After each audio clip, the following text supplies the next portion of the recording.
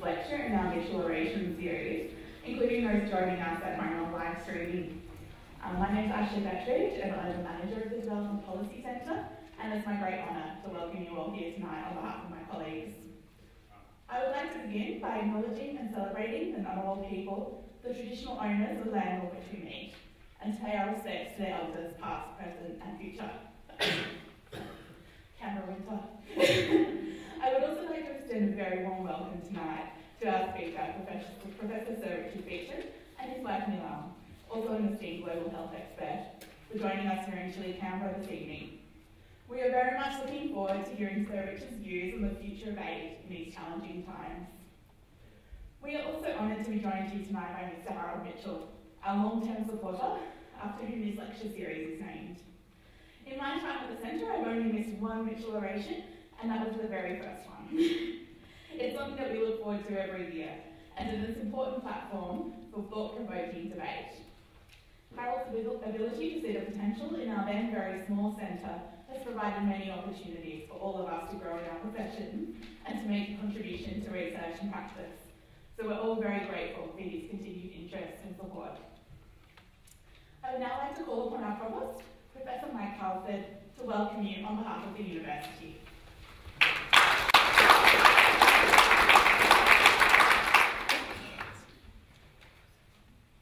Thank you, Ashley, and thank you for that acknowledgement of the first Australian whose lands we meet. It gives me great pleasure to welcome all of you here this evening on behalf of the University to one of the flagship events of the University's calendar and of the Development Policy Centre based at the Crawford School of Public Policy, to the 2018 annual Mitchell Oration, this being the 6th in the series. To Harold Mitchell, very warm welcome. Your continued support for this event and for the University is much appreciated by us, and it's an honour to have you here this evening, and we look forward to hearing from you in a few minutes. I'm also honoured to welcome our speaker, Professor Richard Feachem. Professor Feachem is Director of Global Health Group at the University of California, San Francisco Institute for Global Health Sciences, and Professor of Global Health at both University of California, San Francisco and the University of California, Berkeley. We're very much looking forward to hearing your views on the way forward for the global aid industry in the 21st century. And I gather you're also going to let us know about something about your time here at ANU in the past. Look forward to that. Seed funding from the Harold Mitchell Foundation in 2012 has supported the Development Policy Centre to become the leading source of analysis on Australia's foreign aid. The Centre's experts contribute to a wide range of development issues relating to Australia's aid effort in the region and broader global trends. Tonight's opportunity to hear from an esteemed visiting expert, Professor Feachem, further deepens the quality of the development debates at ANU and across Australia's policy landscape. So Richard, we look forward to your reflections on the challenges ahead and your suggestions for change and reform. Thank you.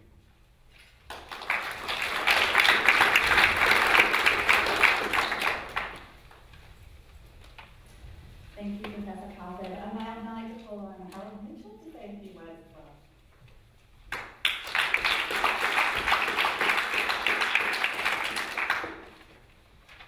Thank you very much, and thank you, Mike, for those very kind words. And I've forgotten that we spent time together last year. As we were walking in here, I was reminded of one thing, that the scariest word you could ever hear was oops.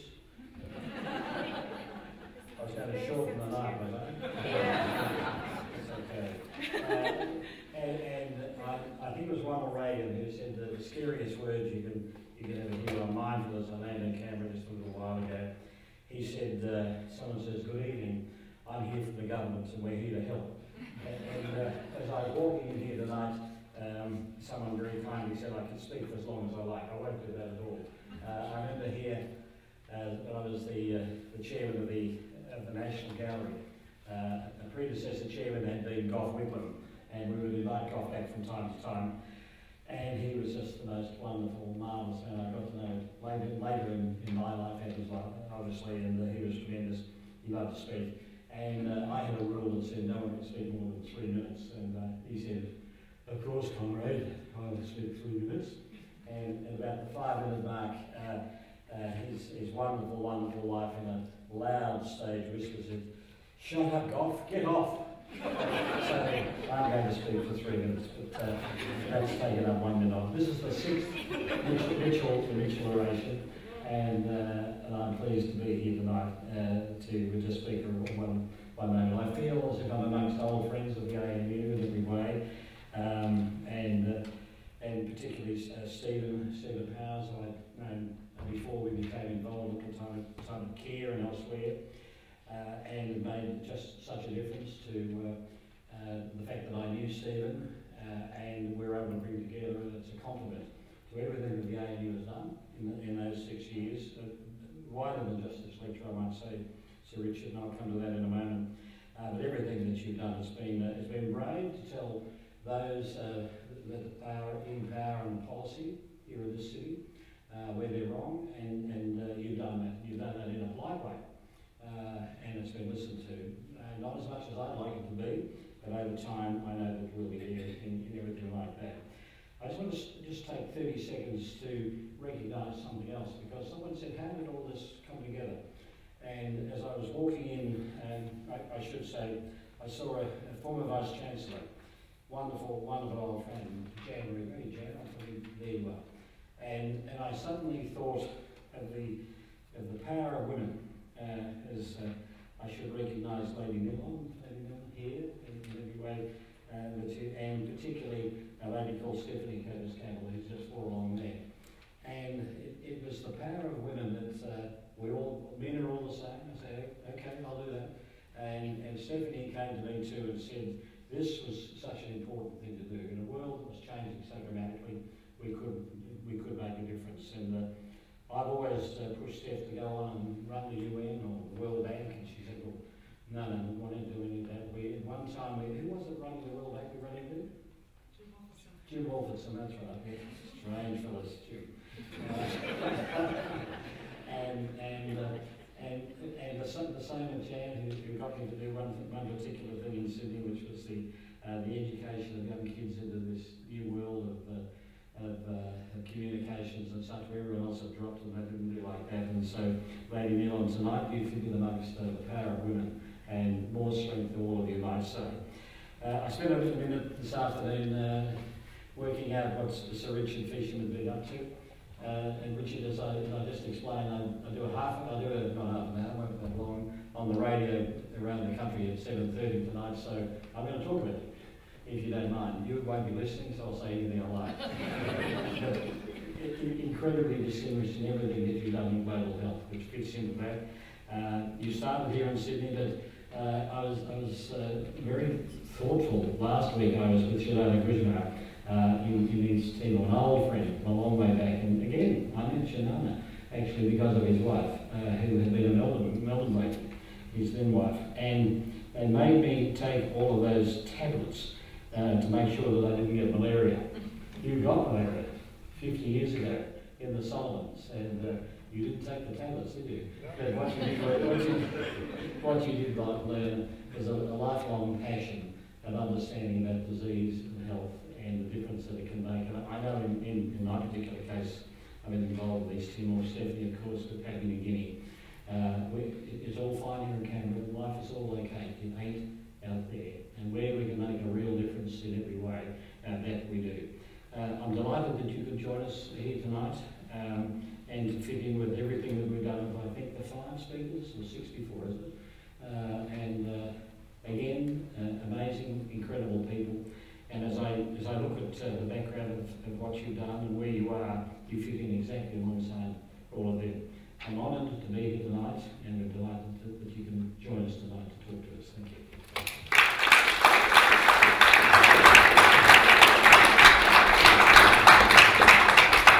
Thank you very much, Harold. It's always great to have you here, and we're very glad you took the tablets and didn't get malaria. All right, it's time to move to tonight's main event. So I'd like to call on Professor Michael Wesley, the Dean of the ANU College of Asia and the Pacific, to chair the 2018 Mitchell Oration and to formally introduce our speaker. Please welcome Professor Wesley. Thanks, Ashley, and thanks, Harold, and thanks, Mike. Ladies and gentlemen, the purpose of the Mitchell Oration is to provide a new forum at which the most pressing development issues can be addressed by the best minds and the most influential practitioners of our time from around the world. Since its founding in 2012, with the generous support of the Harold Mitchell Foundation, the Mitchell Oration has featured the likes of Timor-Leste's former Finance Minister Emilia Perez, the World Bank's Jim Adams, and Dr. Ngozi Okonjo-Iweala, Board Chair of Gavi, the Vaccine Alliance. The 2018 Mitchell Oration will be delivered by Professor Sir Richard Feachem, a person who embodies what a difference an individual can make to millions of lives when they combine deep research expertise with passion to make a difference and a canny sense of policy realities. Research, passion, and policy engagement, commitments that are central to how we do things here at the ANU. Sir Richard is best known as the founding executive director of the Global Fund to Fight AIDS, Tuberculosis and Malaria, and as Under-Secretary General of the United Nations between 2002 and 2007. How he got there is a fascinating story. Before he even started studying, Sir Richard travelled to the Solomon Islands as a volunteer and built an airstrip on the weather coast of the Solomon Islands. And apparently on her first visit to Solomon Islands, current Australian Foreign Minister Julie Bishop asked one of the first things she wanted to do was to go and visit Feachem's airstrip, and she did indeed. Sir Richard began his career as a medical scientist with degrees from the University of London, UNSW, and I think we can proudly claim Sir Richard as one of our alumni because one of his supervisors was none other than my predecessor, Oscar Spate. His academic career was a stellar one, and he rose to become Dean of the London School of Hygiene and Tropical Medicine between 1989 and 1995. After this, his career took a more activist direction. Between 1995 and 1999, Sir Richard served as Director for Health, Nutrition and Population at the World Bank. He is currently Director of the Global Health Group at the University of California, San Francisco Institute for Global Health Sciences and Professor of Global Health at both UCSF and the University of California, Berkeley. Sir Richard's career is a monument to working across boundaries in the very different realms of research, activism and policy to make a difference to the lives of millions of people. In an interview with our own Professor Gabrielle Bammer back in 2015, which you can read on the Dev Policy blog site, he made a really intriguing observation. He said, if global malaria policy setting is done by researchers, we'll get the wrong answer. The research community needs to strongly be a part of a global disease enterprise. It needs to be feeding in great ideas, great insights, products and analyses to that global effort. But it should not be in charge, because when researchers are in charge, you get a long list of things we don't know, a long list of research priorities and a major statement that we need to be giving more money to answer these unresolved questions. This is not a criticism. I've been a researcher for a big chunk of my life. It's what researchers do. But the whole global effort needs to be led by policymakers, strategists, people from the financing institutions, and people who are focused on what we do know and what we can do with existing knowledge and existing technology, and who will aggressively pursue that.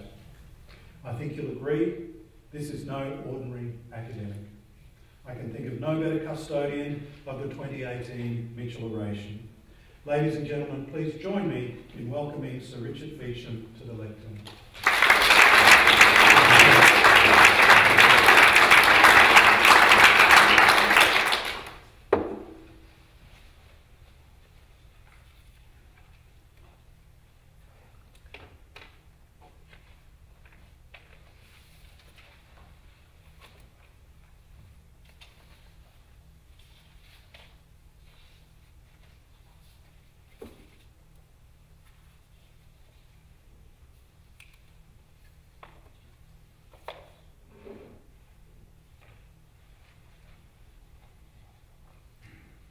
Good afternoon, ladies and gentlemen, and thank you very much for that extremely kind introduction. Neil and I are very happy to be here, very happy to be back in Australia and back in Canberra, and among so many old friends and colleagues in the audience. Thank you so much for coming. And it's a very great honour to be asked to give the 2018 Mitchell Oration, and thank you, Harold, for the inspiration of creating this series and for the honour of inviting us here for this particular evening. Unaccustomed as I am to orating, I checked the dictionary and found that to orate means to make a speech pompously and at great length,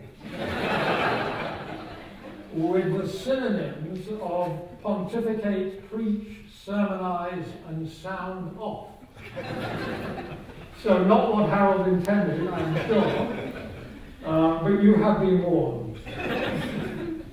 So before I launch into the arcane mysteries of the aid industry, I want to declare two conflicts of interest which undoubtedly colour my opinions on aid.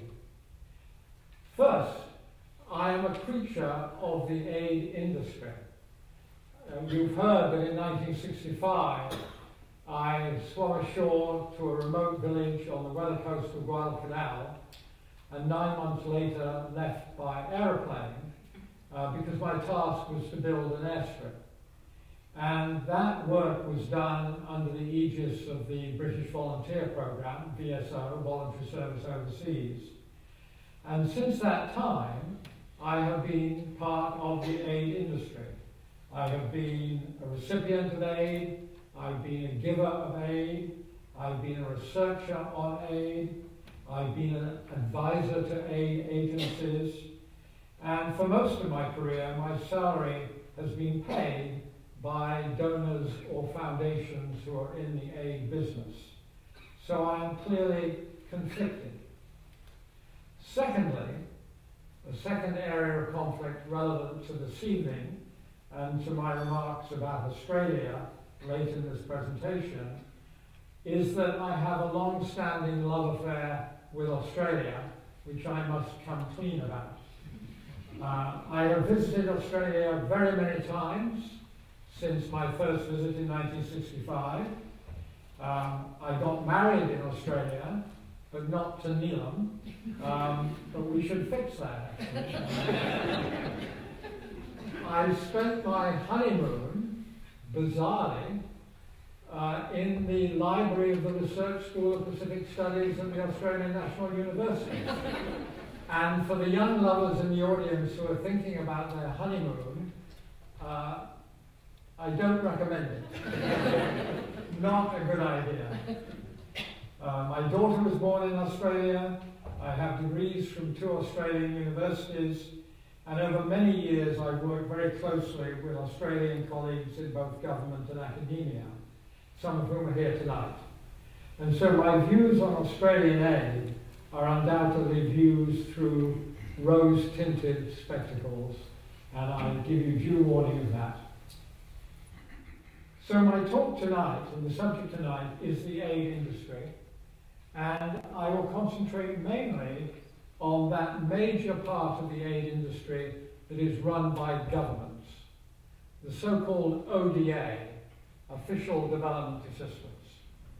And I will also be talking mainly about aid as a whole, aid to all sectors, although I'll use a number of examples from the health sector, which is the part of aid that I know best.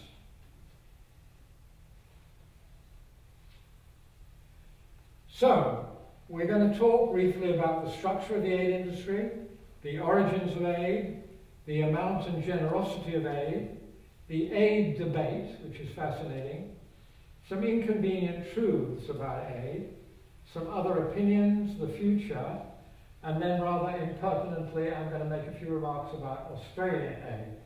And you know much more about that than I do, so I look forward to being contradicting. So let's move quickly through the early slides.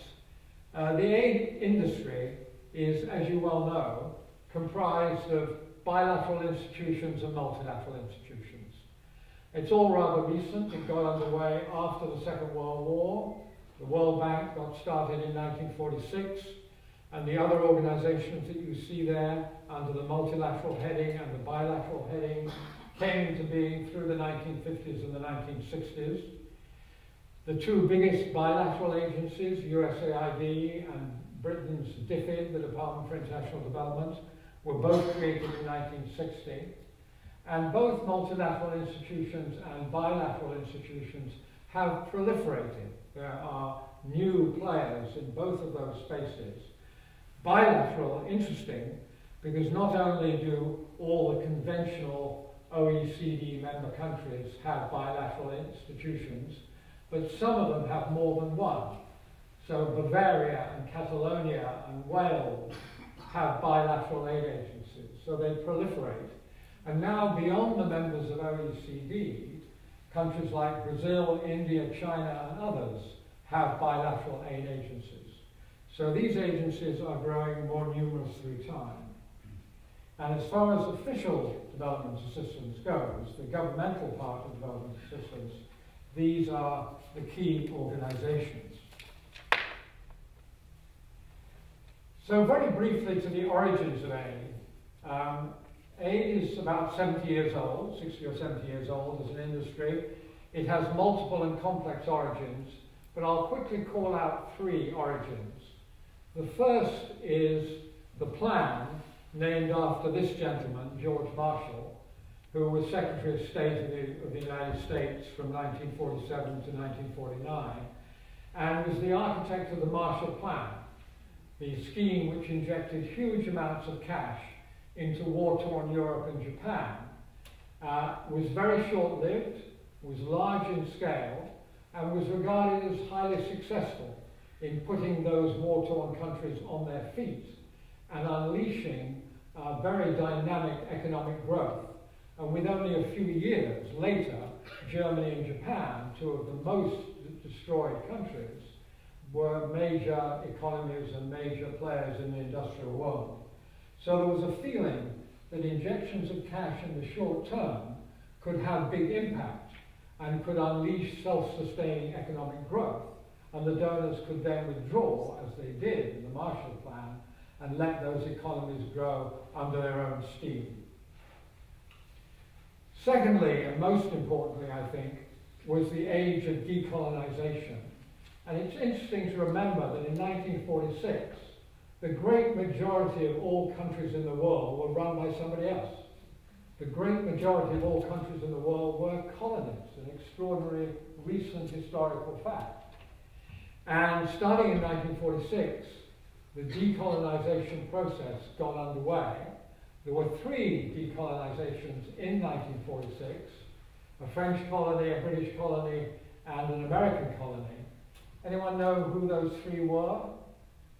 Any offers? 1946, decolonization. The French colony was Syria, the British colony was Jordan, and the American colony was the Philippines. Followed, of course, in 1947 by India and Pakistan, and followed in 1948 by Sri Lanka, and then a surge of decolonizations. And the modal year for decolonizations, the year having the most individual decolonizations, was 1960, when there were 18 decolonizations, including Nigeria. And the process went on into the 1970s, as you all know, and set up the conditions for ongoing transfer of resources from wealthy countries, the former colonial powers, to the former colonies, which became the aid industry. And a third origin and influence was, of course, the Cold War. The younger people in the audience may not remember something called the Soviet Union. It was quite a big deal in its day. It came to an end in 1990, but there was something called the Cold War from the end of the Second World War up till 1990, and the aid industry was a way to try and cultivate influence and it was certainly a weapon and an instrument of the Cold War. So that's another important influence. So let's move now to the amount of aid and the generosity of aid, and look first at this graph. Along the horizontal axis, we have 1960 through to 2016. And let's look first at the blue line. The blue line is described on the left-hand vertical axis, and it's the total amount of official development assistance in standardized 2014 US dollars between 1960 and 2016. And it starts at about $40 billion per year, the blue line, and rises to today's number of about $145 billion per year. So it's gone up steadily, and since the year 2000, gone up quite rapidly. But during the same period, the wealth of the countries giving the aid, the wealth of the donor countries, has increased enormously. So the red line shows that other picture, which is the generosity of aid, measured by the total volume of aid, divided by the total GDP of the countries giving the aid, and expressed as a percentage.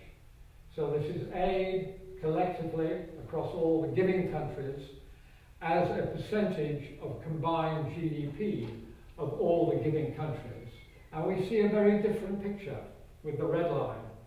We see aid starting off at about 0.6% of collective GDP, falling today to about 0.3% of collective GDP. So the dollars have gone up, but the generosity has come down and then plateaued. And let's break that out by country. And here we see a selection of countries. And please look only at the right-hand side of that graph. Look at 2016. And you see a less generous group down the bottom, represented by Australia, Japan, and the United States, and a more generous group up the top, represented by Scandi regions of various kinds and Northern Europeans. And the generous group are above this magic figure of 0.7% of GDP. And you'll all be aware that the UN norm, the UN standard for what aid should be, a number with no real basis, but a widely accepted number, is 0.7% of GDP. And the Scandinavians and the Northern Europeans, and now remarkably the United Kingdom, are at or above 0.7% of GDP. Other countries are below that, and tending to sit down the bottom of the ranking is the United States and Japan, recently joined by Australia, which is at 0.23% of GDP and falling. A few years ago, Australia was aspiring to 0.5% of GDP, but it's been coming down steadily in recent years, and I think recent announcements put it at 0.19% of GDP, which will be the lowest figure in Australian history. And there are many other ways to express generosity. This breaks out aid for health. So here we're looking at just aid for the health sector, and looking at other ways to measure generosity. If you look at the middle column, dollars per numbers of citizens of the given, dollars per capita, where per capita is the population of the country doing the giving. And you see that Norway comes up on top. Every Norwegian gives $149 per year to health sector aid, whereas Spain, down the bottom, every Spanish citizen gives $3 per year to health sector aid. Big differences. And another way of measuring it is not a percent of GDP, but a percent of government spend. And you see that on the right-hand column, with Norway well in the lead at 0.6% of government spend, and Spain well in the rear at 0.03% of government spend. And Australia is coming out roughly in the middle of that particular group of countries. $21 per Australian on health sector aid, or about 1.1% of the total Australian public expenditure on health sector aid. So we can look at these generosity comparisons in different ways. So let's come now to the aid debate. And a country that, an organisation that carefully watches aid is the OECD in Paris, and particularly the DAC, the Development Assistance Committee of the OECD. And the Director General of the OECD in 2010 made the statement that aid is a vital investment with big returns for the world as a whole. And I spent my life making statements like that, particularly at the time when I was raising billions of dollars for the Global Fund. But the question to pose in an academic setting is that actually true? And what is the evidence for and against an assertion of that kind? Now that debate about what aid has achieved, what has been the impact of aid, is made much more complicated by what I call the great confounding. And the great confounding is the fact that during the period of the aid industry, shall we say 1950 up till today, we, Homo sapiens, have undergone a biological revolution that is absolutely extraordinary and fundamental. Poverty has gone down enormously in that 70-year period. Life expectancy has gone up enormously in that 70-year period. And fertility has gone down enormously in that 70-year period. And the magnitude of those changes are staggering. Let me briefly address each of them. In 1950, 75% of all humans lived in extreme poverty. 75% of all humans in 1950 lived in extreme poverty. And there were only 2.5 billion humans on the planet. Today, less than 10% of humans live in extreme poverty, and there are 7.6 billion of us on the planet. Quite extraordinary and remarkable. Life expectancy, the biggest story seldom told. Life expectancy from the origins of our species, 300,000 years ago, up until 1950, increased by 18 years. From 30, which is our baseline life expectancy, to 47 or 48, say 48. An increase in 18 years over 300,000 years.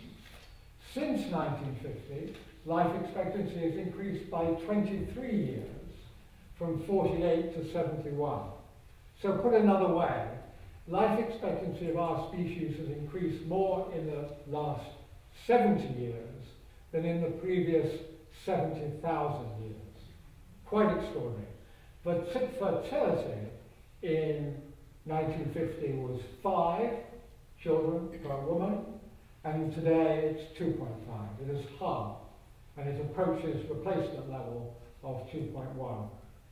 So Homo sapiens is converting itself in our lifetime from a high mortality, high fertility mammalian species, like most mammals, to a low mortality, low fertility species.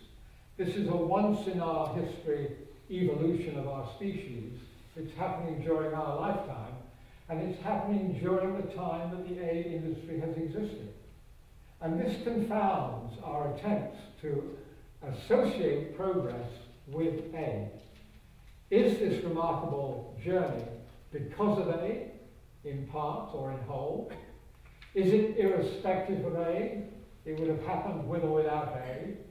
Or is it perhaps controversially despite aid? It might have happened more or faster if we never had the aid industry.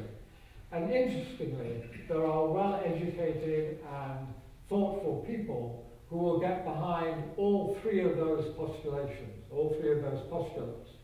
And that is the current aid debate. And you can see the aid debate in many ways. I tend to think of it as colourfully as a boxing match. And in one corner we have Jeff Sachs, the world's best known macroeconomist. And in the other corner, well known to all of you, I'm sure, and they're well spoken at the ANU. And in the other corner we have Bill Easterly, another famous and highly experienced macroeconomist. And my words, not theirs. Jeff is saying aid is good, more aid is better. And Bill is saying aid doesn't work, aid does harm. And that's a remarkable difference in view from two highly educated macroeconomists. And in the middle of the debate are the referees or the umpires. There are many of those.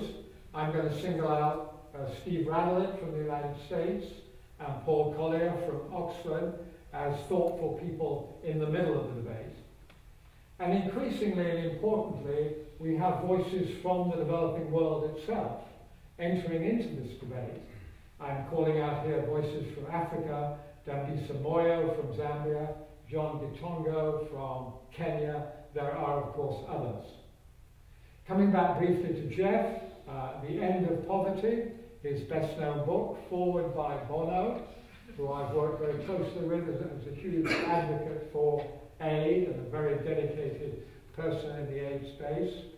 And a quote from Jeff, "Extreme poverty is a trap that can be released through targeted investments, and that's what aid is about."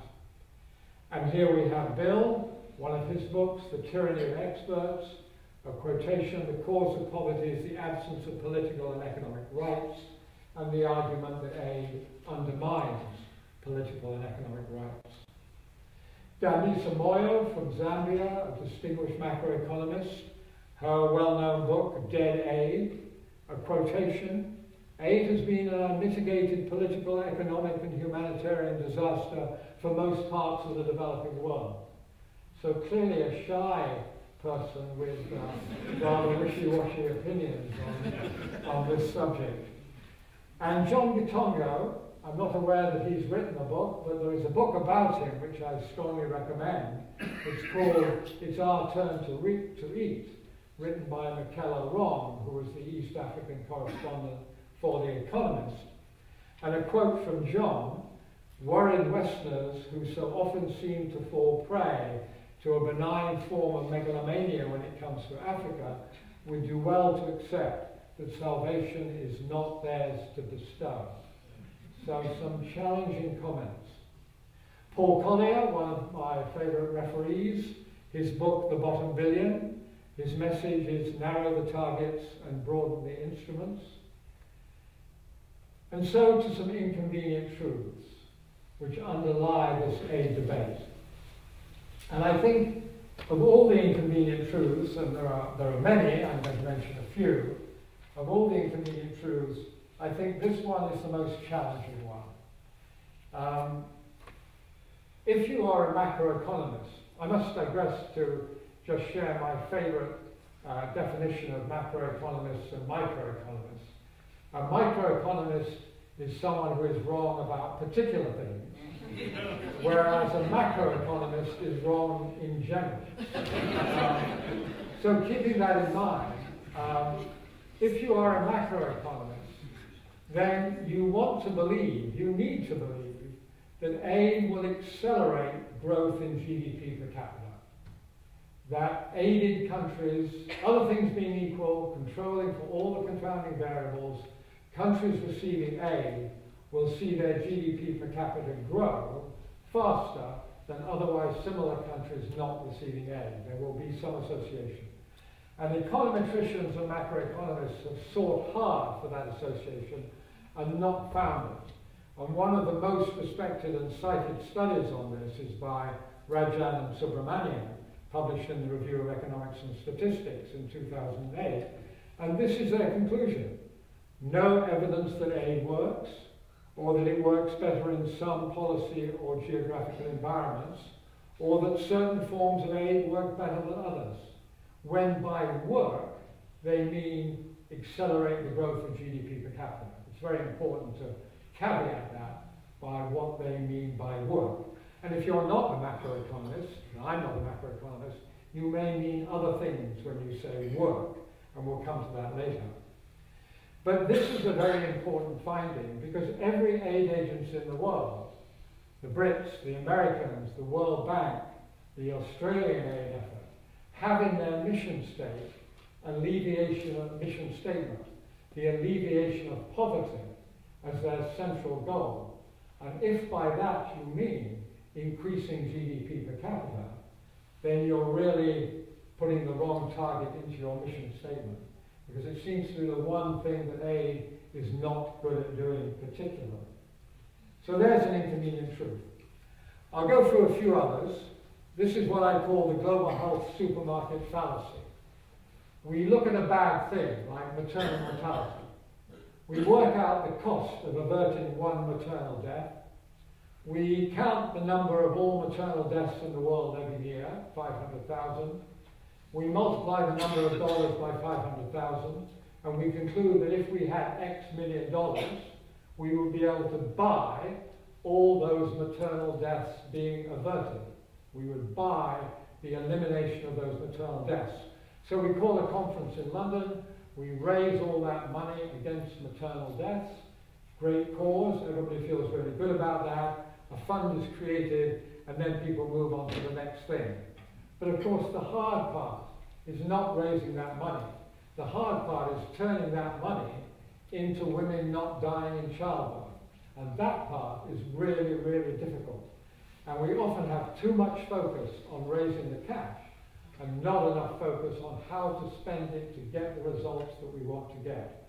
And it's a perennial problem in the age of aid. Inconvenient truth number 3, where does the money actually go? I think the taxpayers of Australia, and of course all aid money in the ODA space, comes from us, the taxpayers of wealthy countries. And I think the taxpayers of wealthy countries like to think that aid dollars go to the most needy in the most poor countries. And that's very far from the case, of course. And here we have the example of the United States. This is 2014 aid from the United States. It totaled $35 billion in 2014. And the top 5 recipients are listed here. And they are Israel, Egypt, Afghanistan, Jordan, and Pakistan in that order. One of those countries is wealthy. Very few of those countries are among the poorest countries in the world.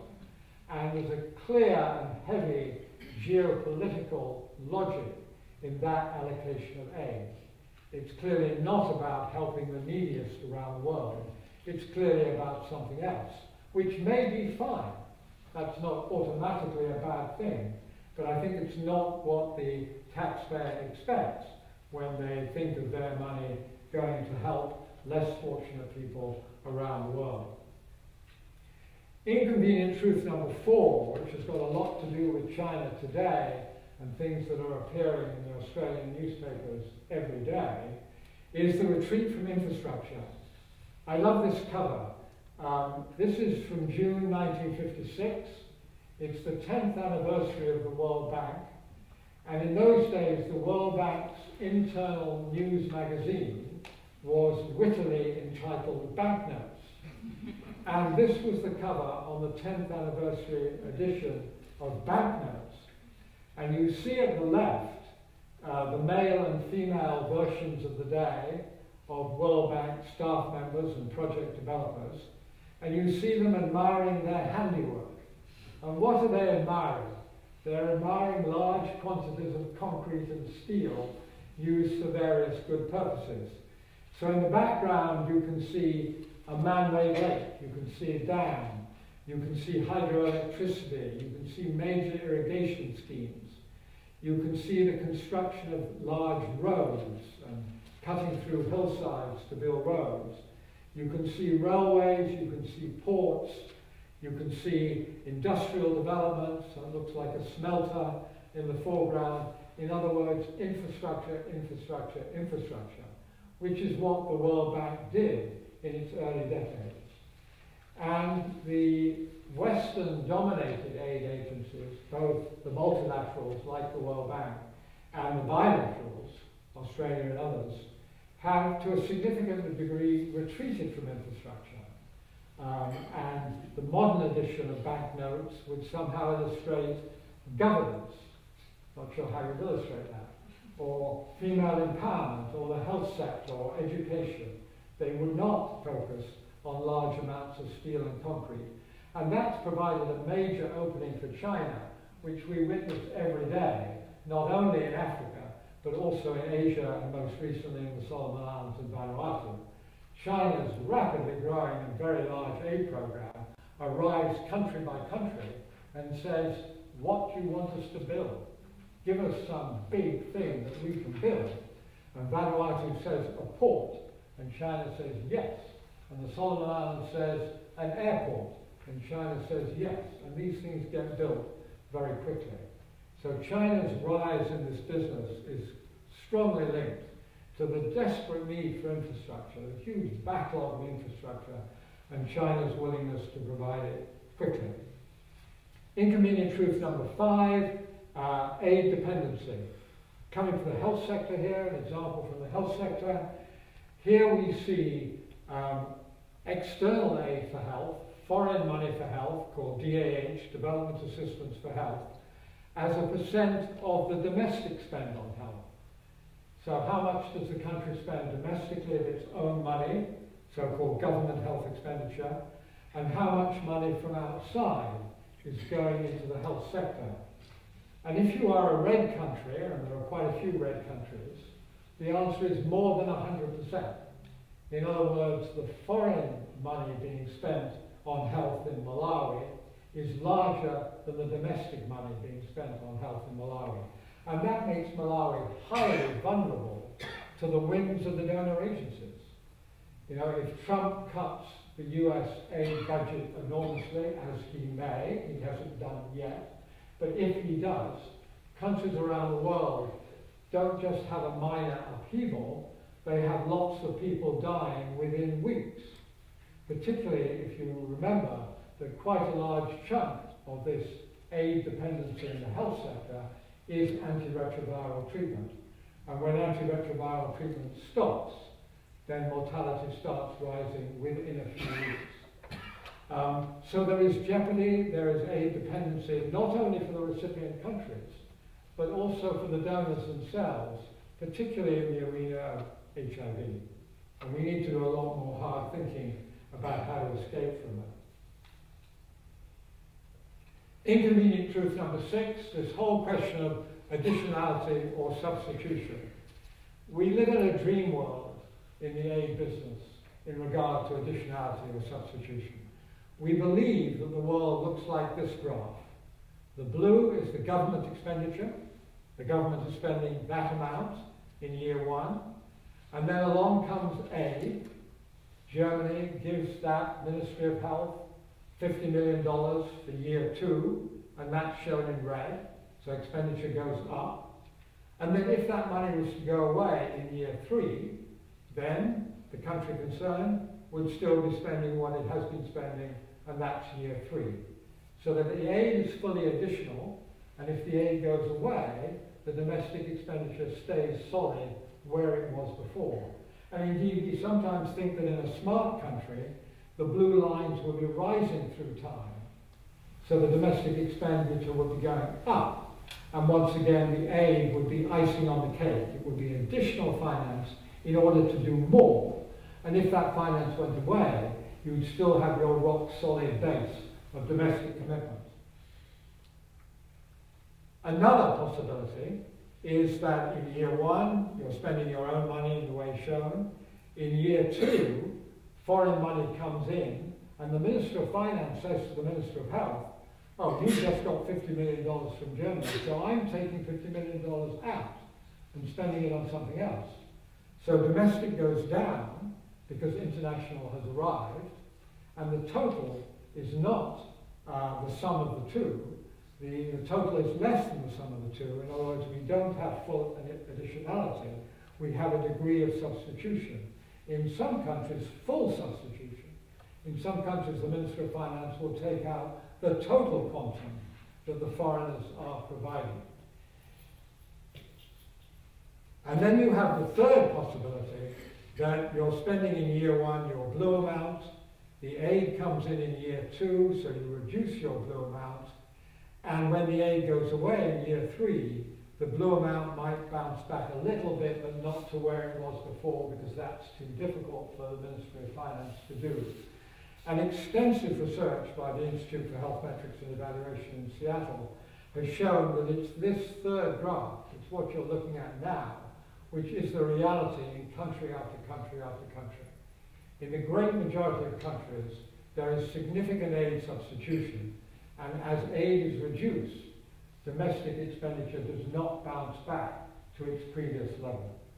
And that is extremely concerning, and a matter which the aid agencies, including the one that I'm so associated with, the Global Fund, need to address much more vigorously. And my last inconvenient truth is that in places like Washington, D.C., with masses of hubris, people like to believe that aid makes people love us, that Americans are more liked in the world if they give lots of aid to countries, and the people of those countries will think better of them. Same perhaps for Germans, same perhaps for Australians, that we win affection, that we win hearts and minds by giving aid. I have no data on this topic, I'm sure there is some, but I have 50 years of experience of talking to people in countries around the world, from remote villages through to leaders of industry and government, and I have never encountered this phenomenon. I have never encountered that my country, the United Kingdom, or some other country like France or Germany or Australia, is better regarded because of the aid it gives. The views around the world of Australia or the United States or the United Kingdom are governed by a number of other macro geopolitical issues, and aid, in my experience, does not feature in that equation. So lots of good reasons to give aid, but I think to make people like us is not one of them in practice, and should not be. So very briefly, other opinions.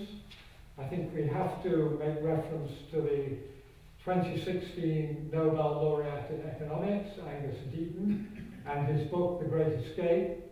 He has some strong things to say about aid. The record of aid shows no evidence of any overall beneficial effect. That's a bit of a slap in the face. And aid does harm. But dedicated and ethical people are doing harm to people who are already in such distress is not the least of the tragedies of aid. His book is worth reading. It's actually more nuanced than those quotes suggest, but he certainly does have an overall negative view. There are lots of other researchers and writers about the aid industry, as you're well aware, and one of the interesting movements that's gaining traction is the Just Give Money to Poor People movement, with some interesting randomized controlled trials in East Africa looking at the impact of that approach. And when they talk about just give cash to poor people, as we do in Australia, as we do in all rich countries, we give cash to poor people to allow them to get above the poverty line and live a reasonable life. What they mean is give cash to poor women. Don't give cash to poor men. And the evidence on the value of giving cash to poor women is generally very positive, and it has positive impacts on their families and on their children. The assumption is that men will go smoking and drinking and engage in nefarious activities, but women don't. And so it's really a give money to poor women proposal with growing evidence behind it. I've been hiding behind other opinions. What are mine? Very briefly, I think aid has done much to create focused, irreversible change, of which smallpox eradication is the outstanding example of our time. And again, concentrating on the health sector, to create focused but reversible change, HIV treatment. When we launched the Global Fund in 2002, the number of people in the developing world on antiretroviral therapy was essentially zero. Today, there are 20 million people across the developing world taking their antiretroviral therapy, 3-drug, 4-drug, combined pill every morning. Absolutely remarkable. We would never have thought we could have done that, but we have. And those 20 million people are given their lives back and have a normal life expectancy and are workers and parents and contribute to their societies.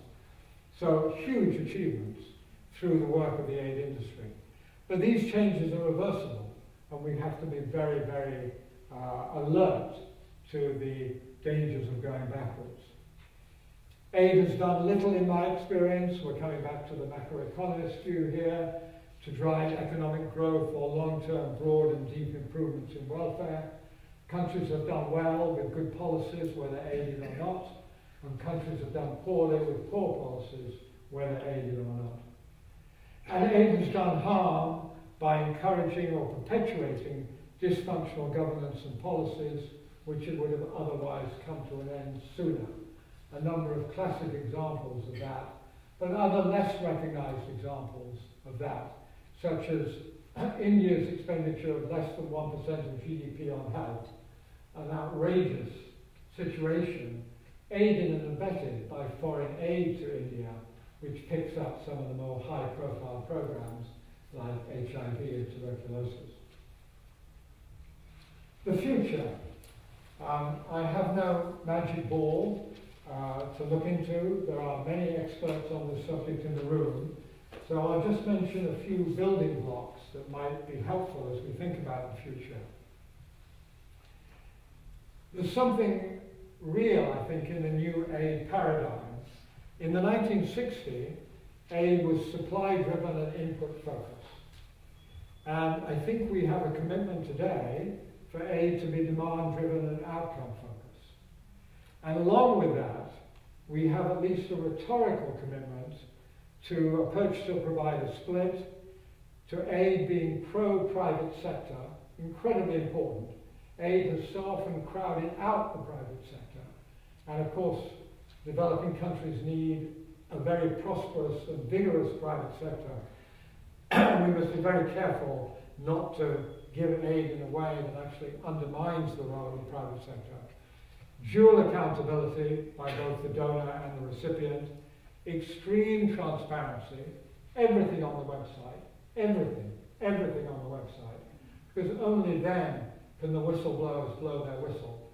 Only then can taxpayers of the giving countries know how their money is being spent. Very few aid agencies live up to that, because they have legal departments who come into the office of the chief executive and say, you can't put that on the website, it's too delicate. To which the answer is nonsense. Put it on the website.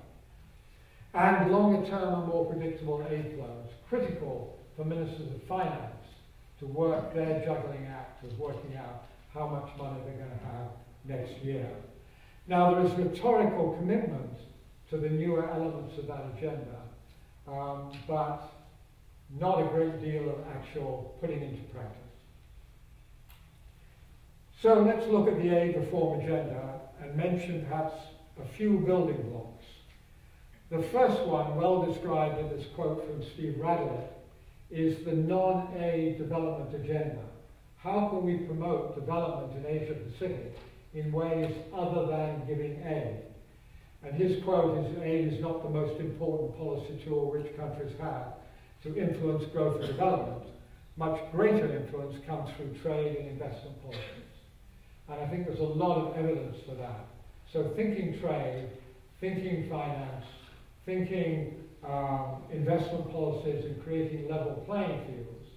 And of course the trade war that Trump is unleashing as we sit here is hugely damaging to our steady progress in this direction. Secondly, maintain momentum with key initiatives. We have some global initiatives that are going really well. Let's stay on them. In the health sector, polio eradication, almost done. Let's get it finished. Childhood immunization, revolutionized in the last 20 years through Gavi, which Australia has played a major role in. HIV/AIDS prevention and treatment. I mentioned we've gone from 0 to 20 million people on antiretroviral therapy in less than 2 decades. And Bill Botel in the audience has played a huge role in that, as have others here. Quite remarkable. Malaria control and elimination. Sri Lanka eliminated malaria 5 years ago. Back in the 1930s, Sri Lanka had 6 million cases of malaria at a time when its population was 6 million people. For the last few years, Sri Lanka has had no malaria at all. Remarkable. China ended 2017 with no malaria for the first time in 5,000 years. Remarkable. Let's keep on it. Neglected tropical diseases. Again, huge progress against these obscure worms and other neglected tropical diseases. With renewed concern for sustainability, because these things can all go backwards. Aid reform agenda number 3, let's worry about the countries that actually would collapse if aid was turned off tomorrow. And I think there are 2 ways of thinking which countries that they might be. The first is this way. Let's look at countries that combine very low GNI per capita, for example, less than $600, with small population size, for example, 20 million. There are only, whatever that is, 9 countries in the world that have both those properties, that have GNI of less than $600 per capita and populations of less than 20 million, and here they are. And they're examples of countries which, if foreign flows were turned off, they would probably collapse as nation states. But there's another category that don't fit that GNI and don't fit that population, but for which the same is probably true, well known to Australia, which is the small island nations. So if you look across the Pacific and the small island nations, their GNI per capita is way above 600. Their populations are very small, but they are very fragile and vulnerable. And I think you can argue that a number of them would collapse as functioning nation states if all foreign dollars were switched off. And so we have to really grapple with a 21st century way to keep those countries alive and growing and developing until such time as they really can economically stand on their own feet. It is possible. Neil and I have just come from the Maldives. The Maldives is a country with no natural resources except for some fish, and was incredibly poor and incredibly dependent on British aid flows, which is now doing rather well and is a middle-income country with a rising GNI per capita. So others can do it. Invest in leadership, aid reform agenda number 4. Invest in universities, something we've been very reluctant to do. We've lived under this myth that the important education is all primary education. Not true. Australia needs leading universities, so does Vietnam, so does Indonesia, so does Cambodia. Everybody needs the apex of the education pyramid, not just the base of the education pyramid. So let's invest in universities, particularly in Asia Pacific for Australia. Let's create well-funded, long-term, co-managed partnerships between rich country schools of medicine, engineering, management, for example, and middle-income, low-income university schools of engineering, management, medicine, for examples. Long-term, co-managed partnerships to the benefit of both the wealthy country institution and the poorer country institution. And open up more development-related fellowships where future leaders and aspiring leaders can come and do postgraduate study in Australia and in other wealthy countries and go back home and provide that much-needed leadership both in the private sector and the public sector. Aid reform agenda number 5 is occurring, and it's this move away from aid to countries and towards aid for global public goods. So moving away from aid to Cambodia and towards aid for regional collective action, regional shared goals. And this is occurring. Australia is doing more and more of it. I think it's very much a direction of the future. A very good example is Australia's support for APLMA and APMAN, run by Dr. Ben Rolfe in the audience in Singapore, representing a regional collective action initiative addressing a regional public good, malaria elimination in Asia, and a good way to use Australian dollars on that collective regional enterprise rather than thinking just country by country by country. So in conclusion, let me come to Australia with a good deal of trepidation.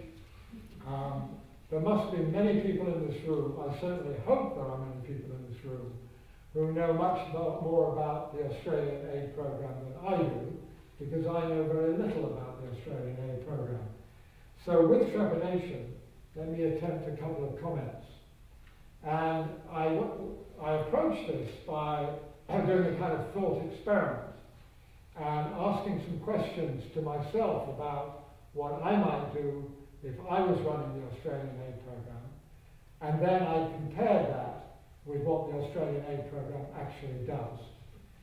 So how much? Well, in 2012 it was 0.36% of GDP.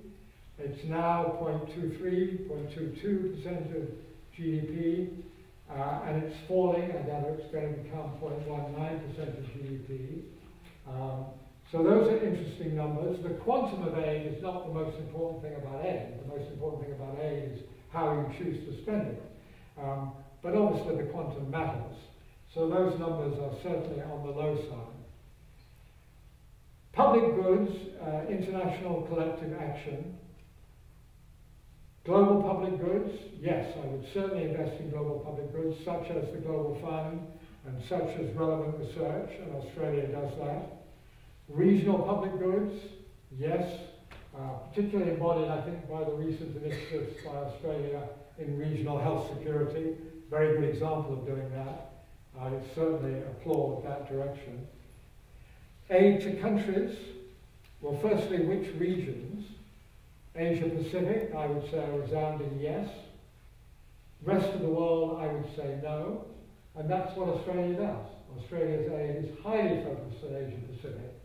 And only when Australia is trying to get a seat on the UN Security Council is there a kind of flirtation with aid to Africa, which quickly comes to an end, and quite rightly, in my opinion.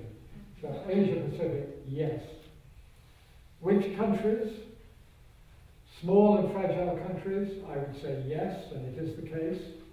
Other countries, I would say question mark, needs quite a bit of thought and justification. What sectors? Health and education, I would say yes. And I'd also make a big plug for infrastructure. And I'd also make a big plug for leadership, and we'll come in a moment to see what Australia actually does.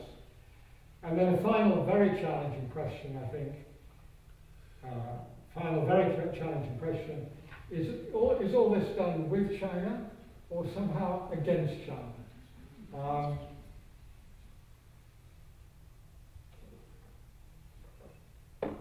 Very much in the news today. Does one try and join forces with China in some of these initiatives? There are examples of that. Does one work in a complementary parallel way with China and simply try to coordinate? Or is it some sort of competition where we are trying to make our aid more useful than their aid? And I think there are some elements of all those discussions going on right now. And that issue is going to become larger and larger for Australia in the coming years. So let's look quickly at Australia's aid plans for 2018 to 2019. 1/3 is global and 2/3 are Asia Pacific. So is Australia investing in global collective action, in multi-country global initiatives? Yes, to the tune of about 1/3, which is more than most other bilateral aid efforts, and 2/3 going to more country-focused efforts, very much in Asia Pacific.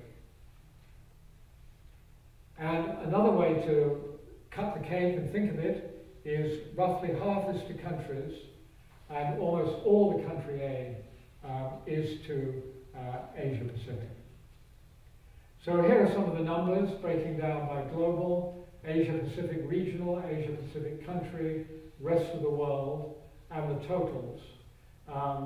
And some interesting balancing acts here. As we see, a significant investment in global initiatives, a significant investment in regional Asia Pacific initiatives, a much larger investment in countries in Asia Pacific, very small investments in the rest of the world, all coming to a little over 4 billion Australian dollars. And if we look at the countries concerned, in Asia Pacific, there are 27 of them by my count. Essentially, everything from Afghanistan eastwards, except China, India, North Korea, and Thailand. And only 3 of those countries receiving more than $100 million per year, those being PNG, Indonesia, and the Solomon Islands. So money focused on countries in Asia Pacific, but spread pretty thinly across a rather large number of countries. My thoughts on how that might change, I think I would be interested in switching away from Asia-Pacific country support and more into Asia-Pacific regional collective initiatives. In parallel with that, I would think of getting this number of 27 down. It's a large number of countries to be giving relatively small amounts of money to. And of course, I would be interested in pushing up this total figure.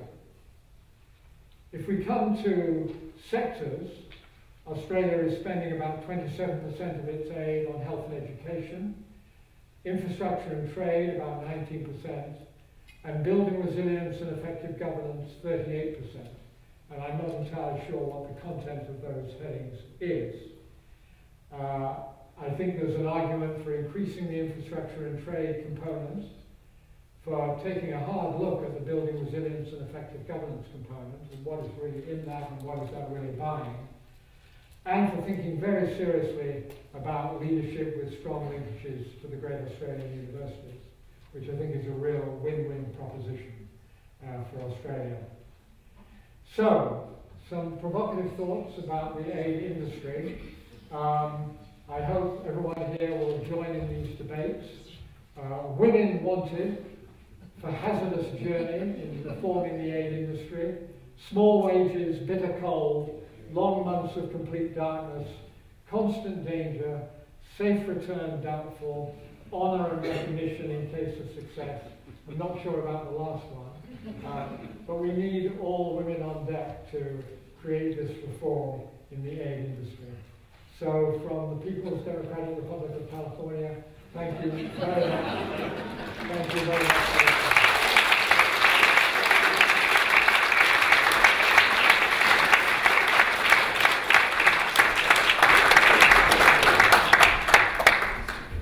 Thank you very much, Richard, for that very stimulating address. We are a little out of time. It is a tradition that we have a Q&A session at the end of these lectures, so I do hope you'll stay, and we'll at least have a couple of questions if that's all right.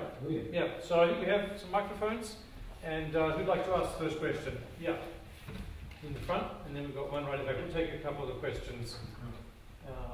Please, keep it brief.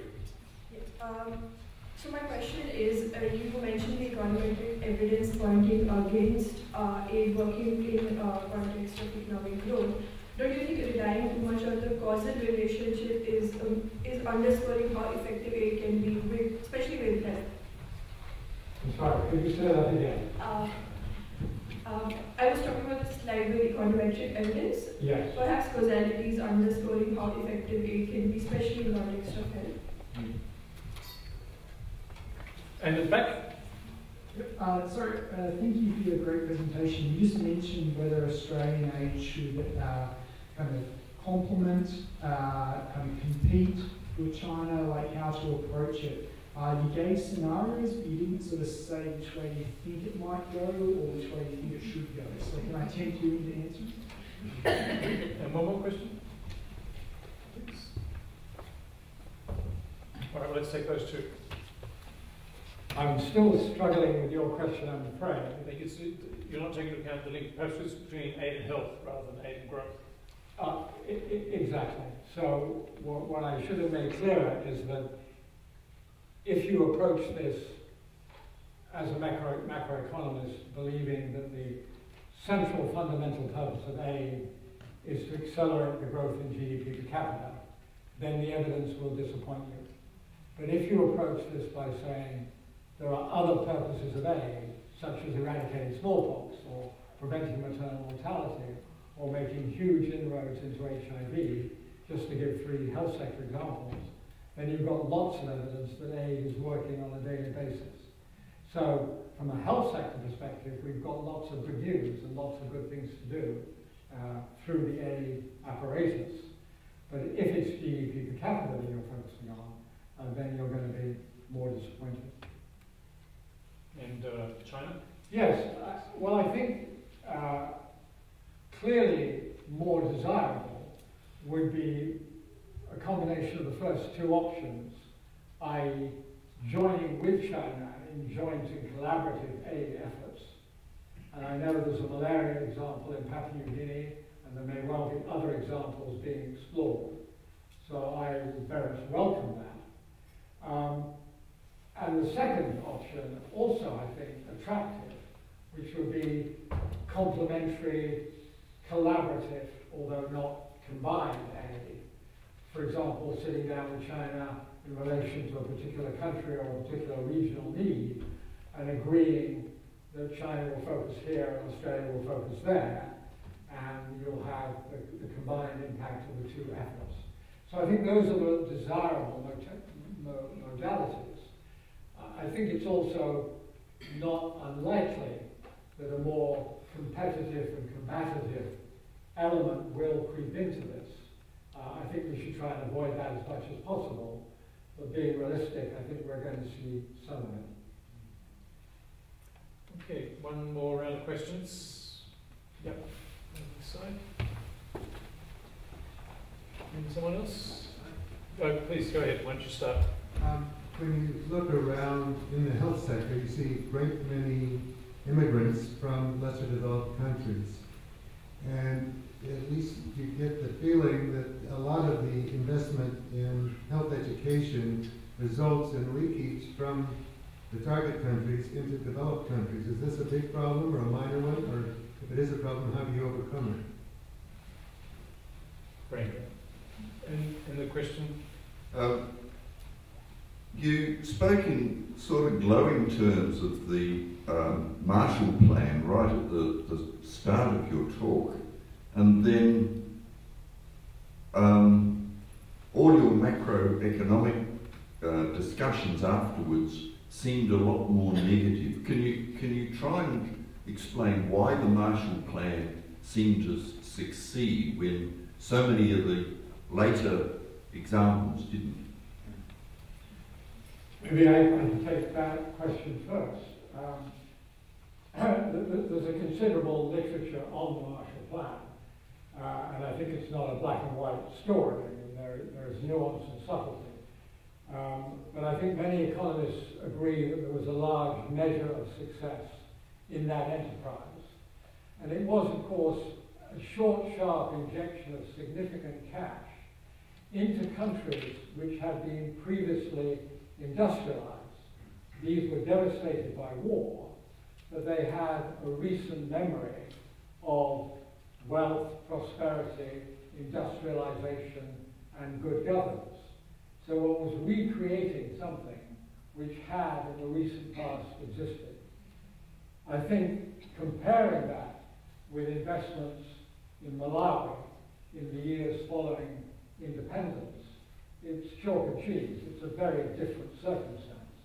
And perhaps not surprisingly, that investments of cash in the early years of those former colonies had a much lesser, slower, more problematic impact.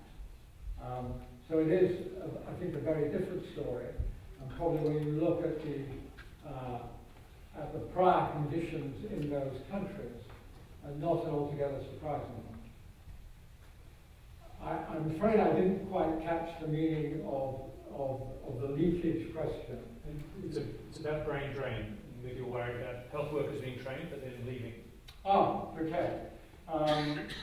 Well, I mean, yes, indeed. I mean, in the health sector globally, there is a big sucking noise coming from the United States. So there is a massive drawing into the US of doctors and nurses from all around the world, and that then snowballs around the world. And so doctors and nurses may be drawn out of South Africa into the United States or into the United Kingdom, and South Africa then draws doctors and nurses out of Zaire or Nigeria into South Africa. So there's a chain of these attractive effects where better working conditions and better salaries attract medical professionals into higher income countries. It's a major challenge. There was a time when there were more qualified Malawian nurses in Manchester than in Malawi. I'm not sure whether that's still true, but I remember that factoid from a few years ago. So it's a major challenge. And there are many middle-income countries who train doctors and nurses at public expense, only to see them quickly recruited overseas following their graduation. And I think there's a lot of opportunity to arrange ourselves better in that regard.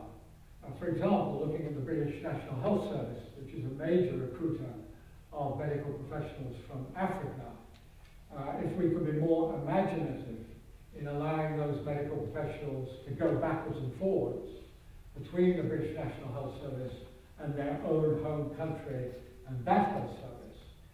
Many of them want to do that because people like to go home, people like to work in their own culture and their own environment, and many of the rules and regulations make that extremely difficult, whereas we should be trying to make it easy. So I think there's room for international, better collaboration in addressing this issue. All right, well, we are out of time, so if I could just ask Richard to resume your seat, and I'll give the closing remarks. For those who don't know me, my name is Stephen Howes. I'm the Director of the Development Policy Centre, and I now stand between you and drinks, so I'm going to be very brief.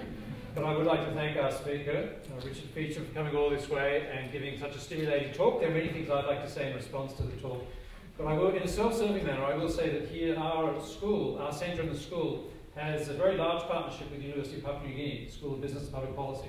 Certainly ANU's largest, perhaps Australia's largest, so it's very interesting to hear you single that out as something we should be doing more of. I'd like to thank Harold and Stephanie for their ongoing support as well as their attendance here tonight.